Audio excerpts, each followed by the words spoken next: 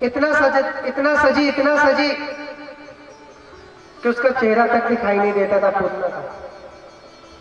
और सजने के बाद जैसे द्वार पर पहुंचती है नंद बाबा यशोदा के घर में, द्वारपाल बेचारे उसकी सुंदरता को देखने लगते हैं और वो चुपके से अंदर चली जाती है।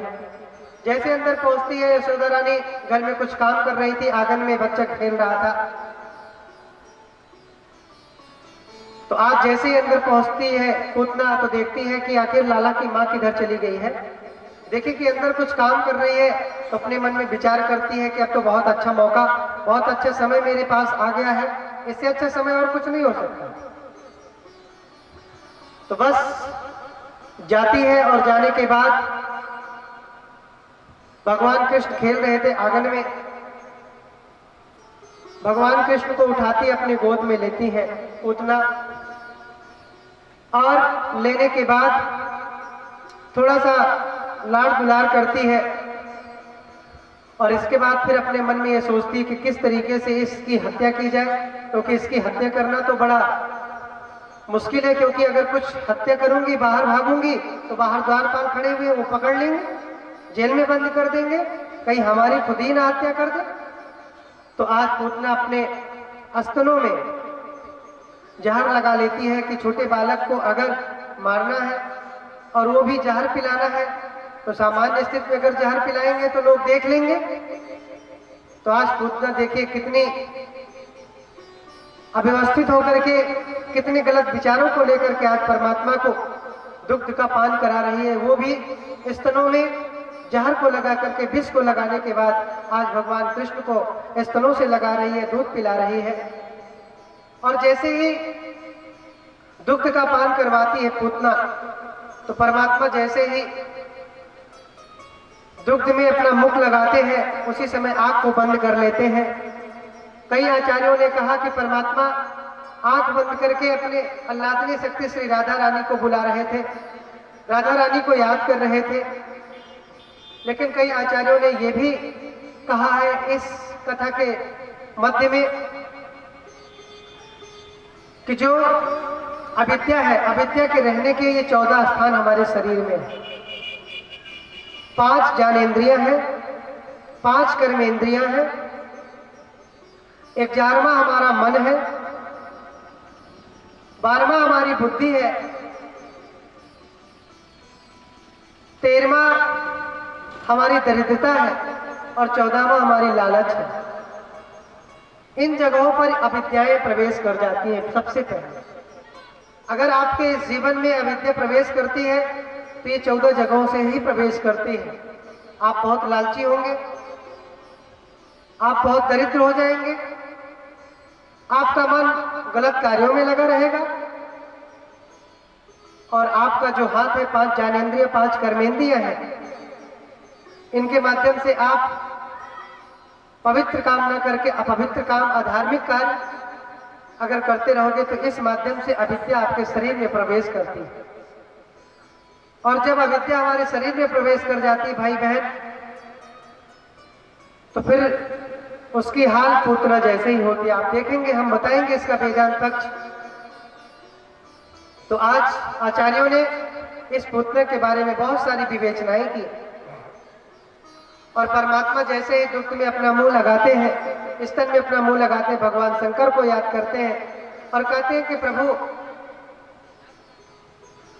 विष का पान करने वाले तो आप ही है ना। आज जैसे ही परमात्मा भगवान शंकर को याद करते हैं, भगवान शंकर कैलाश से दौड़े हुए चले आते हैं और आकर के उस विष का पान कर लेते हैं, और वहीं से भगवान शंकर नीलकंठ के रूप से जाने लगते हैं। बोले नीलकंठ महाराज की। आज परमात्मा धीरे धीरे दुग्ध का पान करते करते पूतना के प्राणों को ही पी लेते हैं। और आज पूतना जो भगवान की हत्या करने आई थी, भगवान ने उस पूतना को भी मां की गति दी है। उस पूतना का भी उद्धार भगवान ने किया, और करने के बाद जो पूतना का शरीर था, उस शरीर को परमात्मा ने उठा करके जब फेंका था, तो 1 कोस 2 कोस नहीं 6 कोस में जाकर के उसका पार्थिव शरीर गिरा था पूतना का। जब ब्रज गलियों से ग्वाल बाल खेलते कूदते जब आ रहे थे तो क्या नजारा देखते हैं कि रास्ते पर बहुत विकराल रूप धारण किए हुआ कोई पड़ा हुआ है और उस पर भगवान कृष्ण खेल रहे हैं। तो जैसे ही ग्वाल बाल पहुंचते हैं तो ग्वाल बाल पूछते हैं कि लाला ये क्या है। तो लाला बोलते हैं कि ये पूतना है, ये अविद्या है और इस अविद्या को अगर दूर करना है तो इसका अंतिम संस्कार करना पड़ेगा। तो ग्वाल बाल बोले कि ठीक है, हम आपके साथ हैं। तो जैसे किसी के घर में किसी की अगर अंतिम संस्कार में हम लोग जाते हैं तो अंत समय में फिर उसको सब यात्रा को क्या करते हैं, सब यात्रा में शामिल होने के बाद फिर उसको अंतिम समय में लकड़ी के माध्यम से जलाते हैं, अंतिम संस्कार करते हैं। तो आज पूतना का भी जब अंतिम संस्कार भगवान कृष्ण कर रहे थे तो उस समय बहुत सुगंध निकलती है, धुआं निकलता है ना, तो धुआं भी बहुत सुगंधित था। कहने का तात्पर्य भाई बहन कि जब हम अपने शरीर को, जब हम अपने मन को परमात्मा पर लगा देते हैं, परमात्मा के रास्ते पर लगा देते हैं, तो उसके द्वारा जो तरंगे निकलती है, जो तरंगे हमारे इस जीवन में बनती है, वो तरंगे इतनी खुशबूदार होती है, इतनी प्रेमी होती है कि पूरे संसार में फैल जाती है। और भाई बहन भगवान कृष्ण इस पूतना के प्रसंग से हमें यही समझाना चाहते हैं कि अगर जीवन में जाने अनजाने में अगर आपके जीवन में अविद्या प्रवेश कर भी जाए, कुसंगति प्रवेश कर भी जाए, अधर्म आपके जीवन में आ भी जाए, तो अगर उसका निराकरण करना है तो केवल एक ही चीज है, वो है परमात्मा का चरण। कि जिस चरणों को पाकर के आप अपनी अविद्या को नष्ट कर सकते हो वो है केवल परमात्मा का चरण। अगर परमात्मा के चरण में रह करके आप अपनी अविद्या को, अपने अधार्मिक जितनी बार चीजें हैं वो सारी चीजों को अगर आप दूर करना चाहोगे तो बहुत सरलता से आप दूर कर सकते हो। आज परमात्मा पूतना के माध्यम से हमें बता रहे हैं कि देखो आज नहीं तो कल आपको ये अविद्या, आपको ये अधर्म का रास्ता छोड़ना ही पड़ेगा।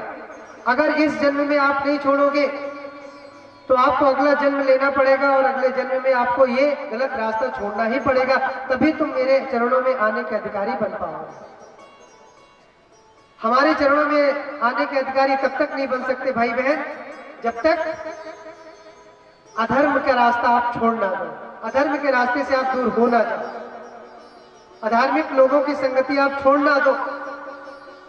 और परमात्मा कहता है कि जब आप अधार्मिक लोगों का संग छोड़ते हो ना, कुसंगति छोड़ते हो ना और परमात्मा की शरण में आते हो, परमात्मा के चरणों में आते हो, तो परमात्मा कहता है कि मैं तुम्हारा जब अंतिम संस्कार करूंगा तो जो वैसे सामान्यता तो दुर्गंध आती है, लेकिन परमात्मा का भक्त परमात्मा की बातों को लेकर के जो इस दुनिया से विदा लेता है तो संसार से शरीर तो जरूर चला जाता है, राख जरूर बन जाता है, लेकिन उसके द्वारा किए हुए कर्म, उसके द्वारा की हुई बातें, उसके द्वारा बनाया हुआ रास्ता इतना सुगंधित होता है कि संसार उस रास्ते पर चल करके और हमेशा अपने जीवन को हमेशा आह्लादित करता रहता है, हमेशा खुशियों के रास्ते पर आगे बढ़ाता रहता है।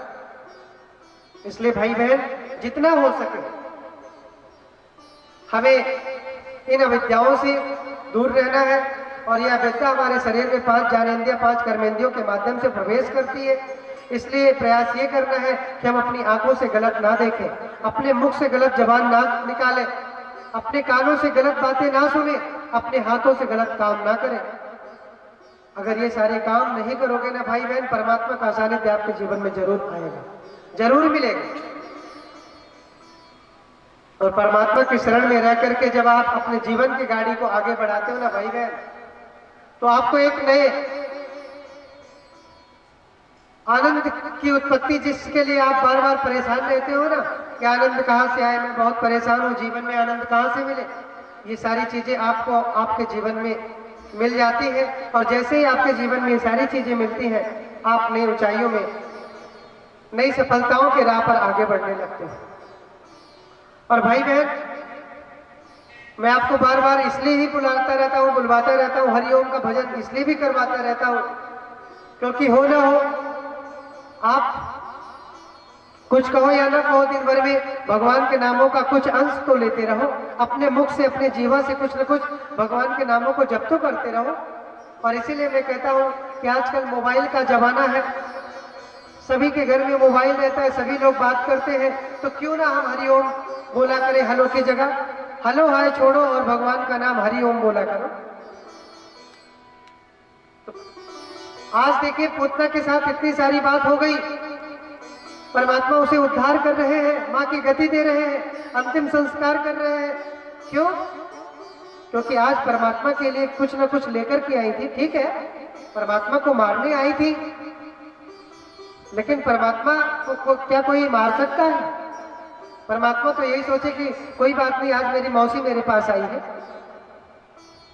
परमात्मा तो और खुश हो रहे थे। उसी तरीके से भाई बहन, आप लोगों से भी यही गुजारिश है कि जितना समय हो सके उतना समय भगवान के नामों के साथ आगे बढ़ा करो। और मैं जानता हूं कि दिन भर में कम से कम 10 से 12 फोन तो आते ही है, तो क्यों ना हम 10 से 12 बार ही हरिओम कर लिया करें।